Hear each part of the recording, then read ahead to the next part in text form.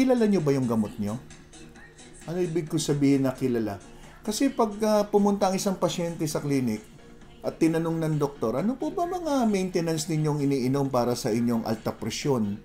Abay, magugulat ka, may mga magsasabi dyan. Yung kulay puti na tableta, yung isa naman, yung kulay dilaw na capsule, aba, mortal sin po yan. Bakit? Maintenance na gamot yan eh. Ibig sabihin, matagal mo nang iniinom o matagal mong inumin habang buhay, dapat alam mo kung ano yung iniinom nyo. Paano kung tinanong kayo, tapos sasabihin mo lang yung parang kulay dilaw, baka mapagkamalan M&M yan, yung kulay dilaw, di ba? Ay, nako. So, kailangan, alam nyo po kung ano yung mga iniinom nyong gamot.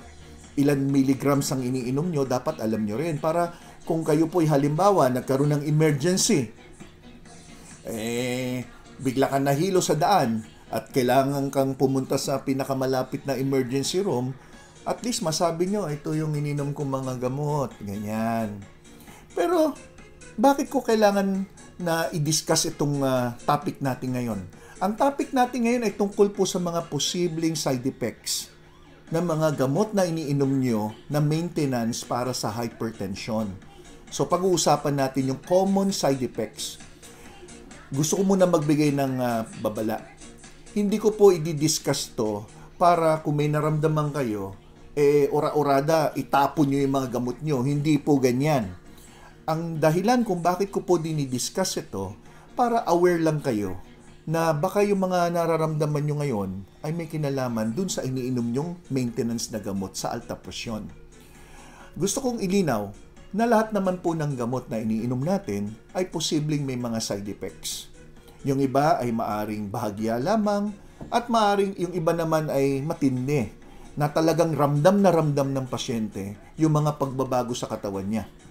So, halimbawa, kung may nainom kang gamot ngayon sa blood pressure tapos nagkaroon ka ng pamamanas, alamin natin, yan ba'y dahil sa gamot? O kaya ininom mo itong gamot sa hypertension at nakapansin ka palagi makati ang lalamunan mo, palagi kang nauubo, yan ba'y dahil sa gamot mo sa alta presyon? O kaya mula ininom mo yung gamot na yan, bakit parang nahihilo ko? O kaya bumabaw ang tulog mo. Kung ito pala'y dahil sa gamot, baka merong magawang paraan ng inyong doktor para either bawasan, palitan ng ibang klase na maaring makaiwas naman tayo sa mga nararamdaman nyo. Okay, so gusto kong ilinaw. O ready na ba kayo? Dapat by now, lahat ng mga nakikinig sa akin, lalo na yung mga may iniinom na gamot na maintenance sa hypertension, hawak nyo na ngayon yung mga gamot nyo, alam nyo na yung generic name. Hindi lang yung brand name, dapat yung generic, alam nyo. Bakit? Kasi, tatalakayin ko po ngayon isa-isa yung mga pangkaraniwan na gamot na iniinom para sa hypertension, ano ang bawat aksyon ng bawat gamot na ito, at ano naman yung mga posibleng side effect kung nararamdaman nyo man sa mga gamot na ito. Okay, isa-isahin natin ha. So, ready na kayo? Yung unang-unang gamot na pag-uusapan natin ay yung tinatawag na diuretics. Ang diuretics po, ito po yung para lumakas ang inyong pag-ihi, makakatulong po para yung sobrang o tinatawag na excess fluid sa inyong katawan ay mailabas. Binibigay sa mga may alta presyon o kaya mga nagmamanas at nakakababa ng blood pressure yan. Yan nga yung tinatawag na standard na gamot sa hypertension, diuretics. So, binabawasan mo muna yung mga excess fluid para hindi nahirapan bumomba ang puso nyo. So, ano yung mga pangkaraniwan na gamot na iniinom ng mga may alta presyon na tinatawag na diuretic? So, ito po yung mga generic name ha. Wala po akong babanggitin ng mga brand name, kundi mga generic name. Number 1 at pinakasikat dyan yung furosemide na tinatawag. Furosemide. Meron dyan tinatawag na acetozolamide.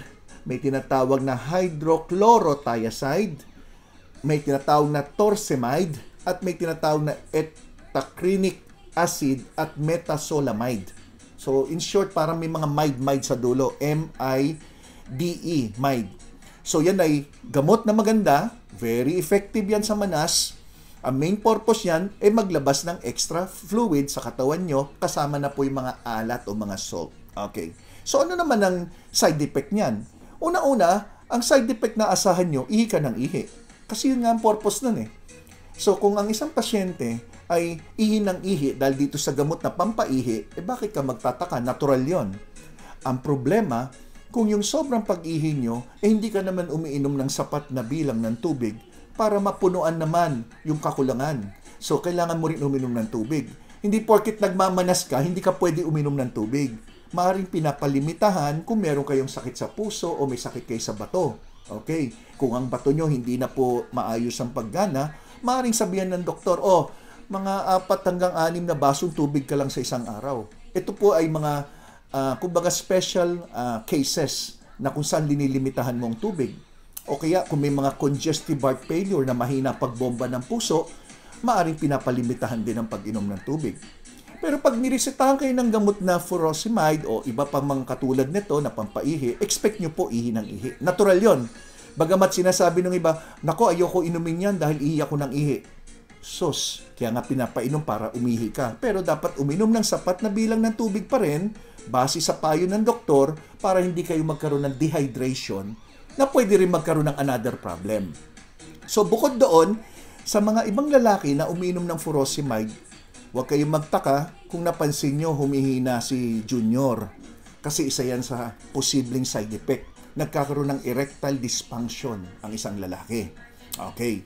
Bukod doon, may iba nakakaramdam ng panghihina at very common na pag uminom ka ng mga diuretics ay makaramdam kayo ng pamumulikat o leg cramps, usually sa binte. Okay. So kung naramdaman nyo ito, ay pumunta kayo sa inyong doktor, maaaring palitan ng inyong doktor yung inyong gamot na pampaihi na may tinatawag na potassium sparing diuretics. Pag sinabing potassium sparing diuretics, ibig sabihin, hindi niya binababa masyado yung potassium sa inyong katawan o sa inyong dugo para maiwasan natin ang pamumulikat. So, anong dahilan ng pamumulikat? Kadalasan, sobrang pag-ihi nyo, pati yung potassium bumababa. Kaya, madalas natin marinig, kumain ng saging kasi ang saging ay mayaman sa potassium. So, maaaring makatulong yon sa mga pinupulikat na may kinalaman sa mababang potassium. Yan. So, sana naintindihan nyo. Bukod dun sa sinabi kong ihi ng ihi, maaaring pamumulikat, o kaya erectile dysfunction, pwede rin makaramdam sa pag-inom ng diuretics na sumasakit ang mga joints. Kadalasan yung hinlalaki sa paa. Kasi ang furosemide at ibang diuretics ay pwede mag-cause ng pagtaas ng inyong uric acid. Kaya nagkakaroon kayo ng gout. So kung kayo po ay may gout, tapos nagkataon may hypertension, at umiinom ng gamot na diuretics o pampaihi, baka mas dumalas ang atake ng inyong gout o kaya gouty arthritis. So, dyan pa lang sa paliwanag ko, at least magkakaroon na ng idea. Uy, sumasakit yung hinlalaki ko. Pagising ko sa umaga, ang sakit itapak.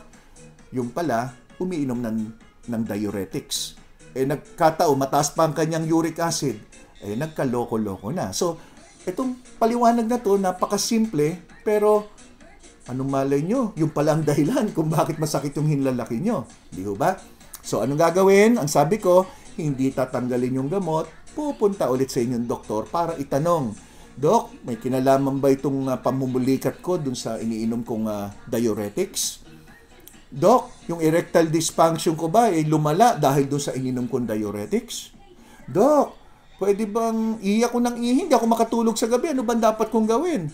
Kaya nga diuretics, hindi pwede inumin sa gabi. Wala pong pasyente na riniresetahan ng diuretics na iinumin mo sa gabi bago matulog. Kasi talagang ihi ka ng ihi. So, ang inom niyan dapat sa umaga. So, minsan, anong kagandahan ng pinaliwanag ko? Minsan, adjust mo lang yung oras ng pag-inom. For example, ininom mo yung diuretics alas 10 ng umaga. Hanggang minsan, ang epekto kasi niyan, 12 hours, ihi ka ng ihi So, kung i-adjust mo, sa umaga ka uminom as early as 6 o'clock or 7 in the morning, baka pagdating ng gabi, yung epekto na sobrang ihi ng ihi, mabawasan. O yan. So, may isa na tayong tip ha. So, tandaan nyo po yung sinabi ko. Yung unang gamot na pinag-uusapan natin ay diuretics pa lang. Isunod natin yung susunod. Ang susunod, yung tinatawag na beta blockers. Yan ha, tandaan nyo ha, beta blockers. Yung mga kategorya ng gamot sa hypertension, minsan nagtataka kayo, Doktor, bakit 4 ang gamot ko sa high blood? Kasi po, may mga 7, 8 epekto yung mga gamot na yan. Yung isa, yung nabanggit ko na kanina, diuretics. Anong effect nun? Ihi. Lalakas ihi para bumaba yung sobrang excess fluid sa katawan. At the same time, yung alat, makatulong din yan makailabas. So, iba kinalaman yan. Doon sa susunod, yung beta blocker naman, another gamot sa hypertension. Ang beta blocker naman, kadalasan binibigay naman to para hindi malakas ang kabog ng dibdib. So, hindi masyadong hirap yung bomba bumomba. So, ang purpose niya medyo pinapabagal o pinapahina ang pagkabog ng dibdib. So, yan. Baka ngayon nyo lang nalaman niya. Ngayon, ang tanong ngayon ng mga inaabangan nyo siguro, Dok, ano ba yung mga gamot naman na beta blocker? Ito po tingnan nyo na po. Tingnan nyo na po. Tingnan nyo. Number 1, atenolol. Number 2, carvedilol. Number 3, metoprolol. Nabibolol, pindolol, propanolol, timolol. In short, lahat na may ulol sa dulo. Ayan, ang daling tandaan ulol! Basta may ulol, O-L-O-L. Ang tawag dyan, beta blocker. Ngayon, maganda yan, lalo na sa mga nagpapalpitation. Kaya I'm sure marami sa inyo uminom siguro ng mga propanolol, atenolol, metoprolol na binibigay yan para sa kabog ng dibdib. Kung sobrang bilis ng kabog ng dibdib, binibigay yan. Minsan yung mga may hyperthyroidism, makabog ang dibdib, yan din ang binibigay. Okay. Ngayon, ang tanong, ano naman ang side effect pag ito naman ay ininom nyo? Ito yung mga pwedeng mangyari Inuulit ko. Hindi ko sinasabi pag ininom nyo itong mga gamot na ito, yan automatic ang sakit na mapapansin nyo o mapapansin yung health concern. Hindi ho. Nangyayari lang sa mailan-ilan na dapat bigyan natin ng pansin. So ito po makinig kayo. Kung kayo po ay may asthma, hika, mas maganda iwasan yung gamot na beta blocker. So, kung kayo po ay may hika at gumagamit kayo lalo ng mga gamot na binibigay sa hika, mas maganda itanong nyo sa doktor nyo. Kung may hika ako, doktor, hindi ba makakasama itong may ulol na generic na gamot? Bakit? Kasi nagpapalala po ito ng mga simptomas ng asthma. So, nahirapang huminga, ubo ng ubo, ganyan. At mapapansin ng mga ibang pasyente na pag uminom sila ng mga metoprolol, yung mga ulol-ulol sa dulo, minsan malamig ang kanilang mga kamay. Kamay tsaka palad. So, yan ay mga posibleng epekto. At yung iba, nadidepress, parang malungkot. So, ito'y nangyayari. Bukod doon, ang malas naman, may erectile dysfunction na naman. So, paano na naman to si Lolo? Dok, pagbigyan mo ko ng pampatindog. Tapos umiinom ka pala na itong mga ulol na gamot. Lulupay-pay, di ba? Kasi yun ang isa sa epekto. Tapos, insomnia, nagbago yung pagtulog nyo. So, yan yung mga common. Ulitin ko. So, kung may asthma, hindi pwede basta-basta uminom ng mga may ulol. Ito yung mga beta blocker. Asthma, Number 1 yan. Number 1. Number 2, malamig ang kamay, palad. Number 3, medyo nalulungkot, parang down, depressed. Number 4, dili nakatindog si Manoy. Okay? Number 5, nahirapan matulog. So, may pasyente ako noon na hindi makatulog, nahirapan. In-adjust ko yung gamot, binawasan ko yung dosage. Instead na 50 milligrams, ginawa ko muna ng 25, hinati, isa sa umaga, 25, isa sa gabi, 25 milligrams. Aba, nakatulog. So, ibig sabihin, ina-adjust lang. So, punta kayo sa doktor nyo, siya ang bahala magpaliwanag. Okay. Number 3 na kategorya, ulitin natin diuretics, number 1. Number 2, beta blocker. Number 3, ang tawag ACE inhibitor. ACE inhibitor. So, ito yung tinatawag na ACE inhibitor or angiotensin converting enzyme inhibitor. Ang ibig sabihin ng ACE, angiotensin converting enzyme inhibitor. So, pinipigilan mo itong ACE na tinatawag. So, ano yung mga gamot naman muna na under dito sa ACE? Itong ACE inhibitor, ito yung parang ideal na ibigay na gamot sa mga may hypertension na may diabetes. So, kung may diabetes ka at may hypertension ka, ito yung parang nababagay sa iyong gamot. Kasi itong ACE inhibitor, may proteksyon na binibigay para sa kidney. Dahil karamihan ng diabetic, alam mo naman, ang kidney humihina. Nasabayan pa ng hypertension. So, itong ACE inhibitor ang kadalasang binibigay na maganda para sa mga diabetic na may hypertension. Ano yung mga ACE inhibitor? O, tingnan nyo na kagad yung generic ng gamot nyo. Ito po yung mga halimbawa. Captopril, Ramipril, quinapril, perindopril, benacepril. In short, lahat naman na may pril. P-R-I-L. Pril. Parang April's Fool. Parang ganon. Pril. So, itong dulo ng generic na may pril sa dulo, ang tawag naman dito ACE inhibitor. Okay. So, ano naman ang action nito? Ang action naman nito, para bumaba ang blood pressure nyo, binablock, hinaharang niya yung isang hormone o isang protina na nagkokos ng pagkipot. Hirap magsalita. Pagkipot ng inyong ugat. Ang ganda, di ba? So, may pampaihi, may pampaganda ng pagbomba para hindi masyadong malakas. At itong pangatlong pinag-uusapan natin, binubukan niya, pinipigilan niya yung pagkipot ng ugat. Yan yung tinatawag na ACE inhibitor. May pril sa dulo. So, nakita nyo, nagtataka kayo ngayon, bakit iba yung gamot ko? Kasi merong purpose ang bawat isa. Ito pampaganito, ito para sa ganito, sa ganon. Yan. So, yan yon. So, ano naman ang number 1 na side effect na itong ACE inhibitor or angiotensin enzyme, converting enzyme inhibitor? Number 1 na side effect, ubo.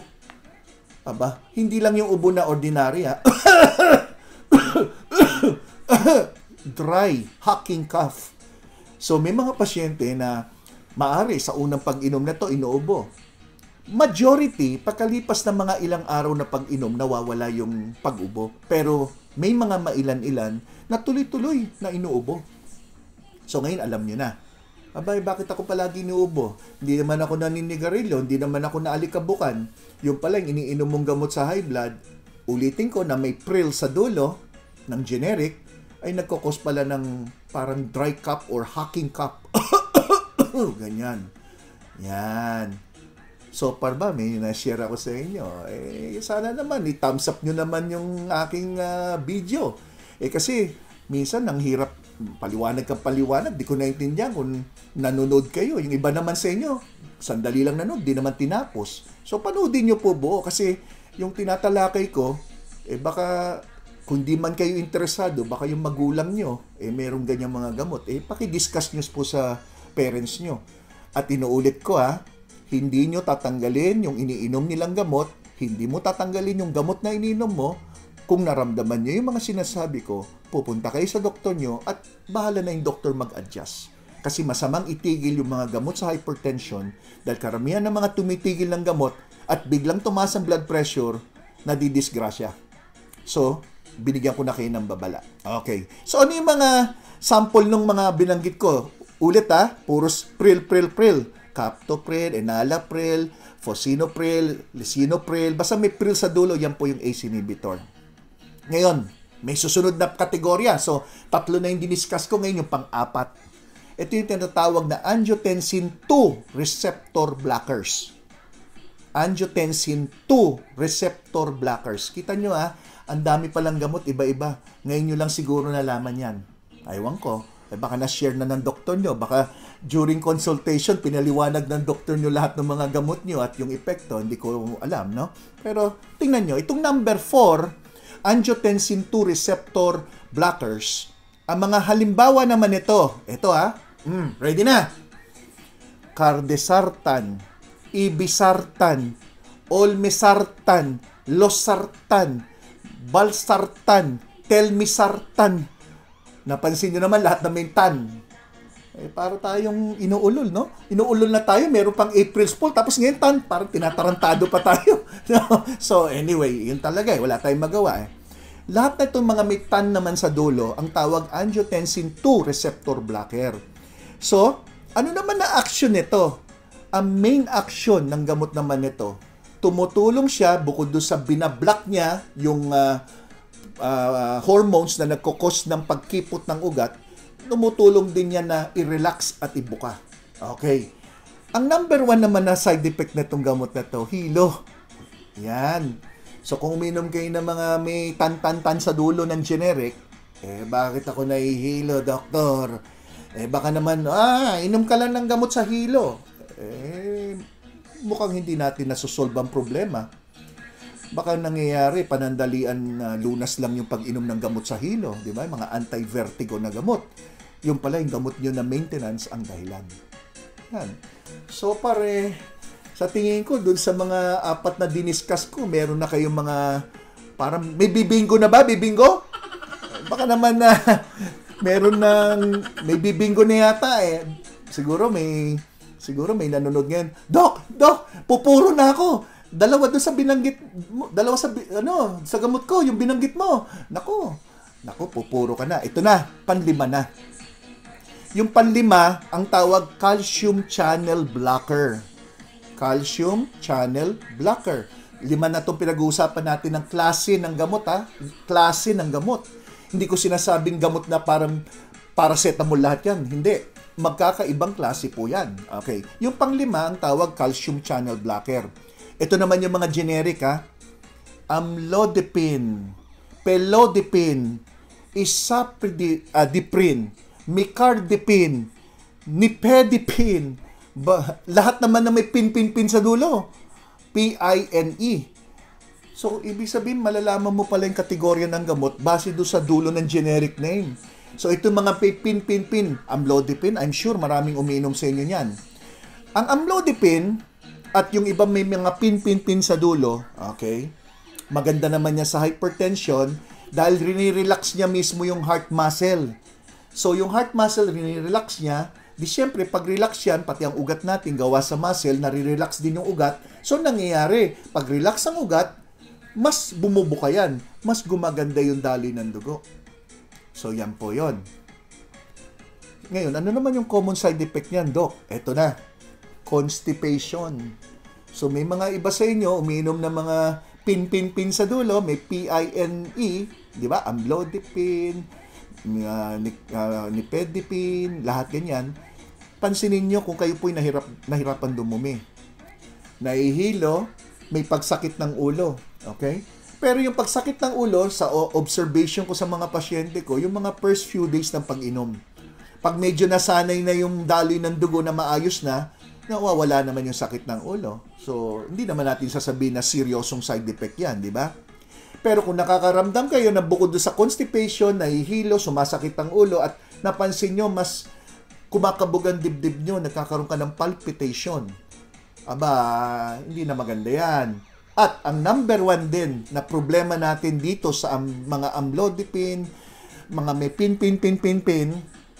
swollen legs or ankle, yan yung mga manas. So, pag kayo po umiinom yan at nakapansin kayo ng pamamanas, ay balik kayo sa doktor nyo. Pansinin nyo po, ang sinabi ko, balik kayo sa doktor nyo. Kasi baka naman yung pamamanas nyo walang kinalaman sa gamot.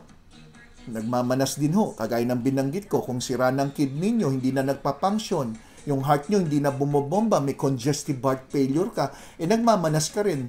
Huwag nyo isisi agad doon sa gamot. Kaya, evaluate dapat ng doktor nyo kung anong dahilan ng pamamanas nyo. Okay?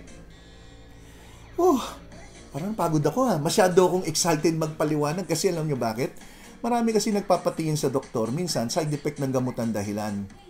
Hindi yung sakit nila, kundi side effect ng gamot. So, ina-adjust dapat yung gamot. Ngayon, kung hindi mapagsuri ang inyong doktor o kayo mismo, hindi nyo napagdudahan na yung gamot ang dahilan, baka naman tagtarin ka na naman ng ibang gamot para doon sa side effect ng gamot na ininom mo doon sa hypertension nyo. Nakuha nyo ba kung bakit mahalaga tong topic na to? It's so important. Bakit? Kasi marami sa atin pupunta sa doktor, rinesetahan ng gamot, uminom ng gamot, tapos hindi na nag-follow up check-up. Hindi ka na bumalik sa doktor. So, hindi nalaman ng doktor kung ano yung mga posibleng epekto na gusto niyang bantayan sa inyo. Halimbawa, binigyan ka ng gamot sa blood pressure. Ang sabi ng doktor, balik ka sa loob ng 1 o 2 linggo. Pagbalik nyo, dalhin nyo yung BP monitoring nyo. Di syempre, ang purpose ng doktor, malaman niya kumusta na yung takbo ng blood pressure nyo doon sa mga nireseta niyang gamot. Kung ininom nyo ng tama. Yung iba sa inyo, hindi nyo na nga sinunog yung pag-inom ng gamot, dinayan nyo yung sarili nyo. Instead na 2 times a day, ginawa nyo once a day. Tapos babalik kayo after 1 week, yung blood pressure nyo mataas pa rin. So akala ng doktor, mukhang kulang yung binigay kong dosage o baka palitan ko na ibang gamot. Tapos, pinabalik kayo, titingnan din niya. O, tingnan ko nga yung paa mo, kung nagmamanas ka doon sa mga reseta ko, tingnan ko nga yung nagpapalpitate ka ba. Inaalam ng doktor kung ano yung nararamdaman nyo doon sa 1 linggo, 2 linggo na pag-inom ng gamot. Yun ang purpose ng follow-up check-up. Kaso, iba sa inyo, hindi naman nag-follow up. Tapos, ininom lang yung gamot, tuloy-tuloy. Then, after 6 months, babalik, Dok, ang 2 pa ako, magang-magang, hindi na kasya sapatos ko. Bakit hindi ka bumalik? Kasi Dok, okay naman pakiramdam ko eh. Yan.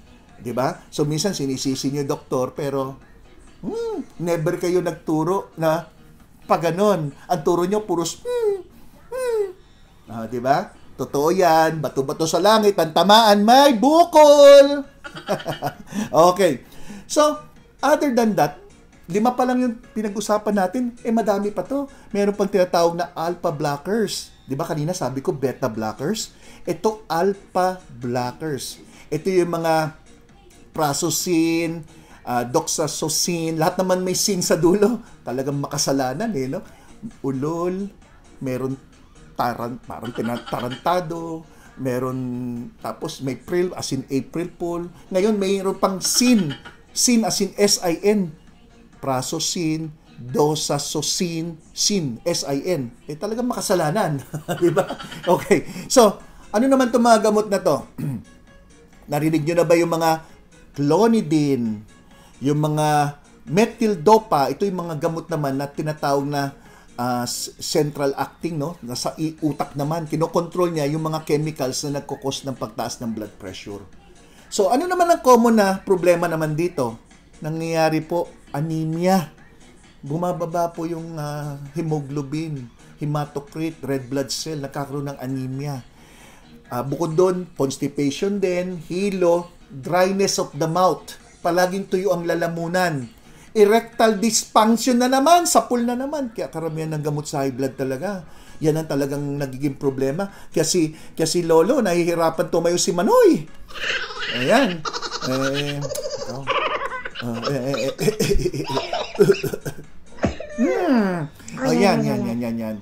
Yeah.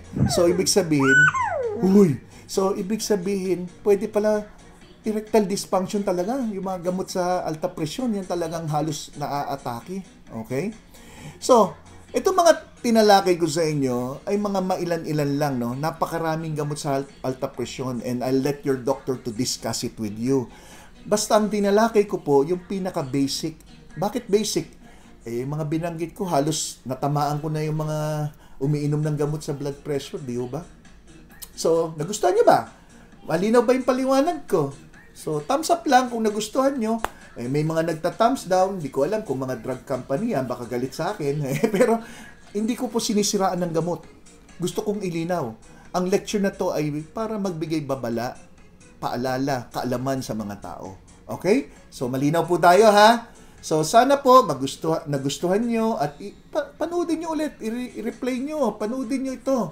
At panood nyo po sa mga kilala nyo may alta presyon. Malaking bagay po ito. Hindi ko ginagawa itong video na to for anything else, kundi knowledge.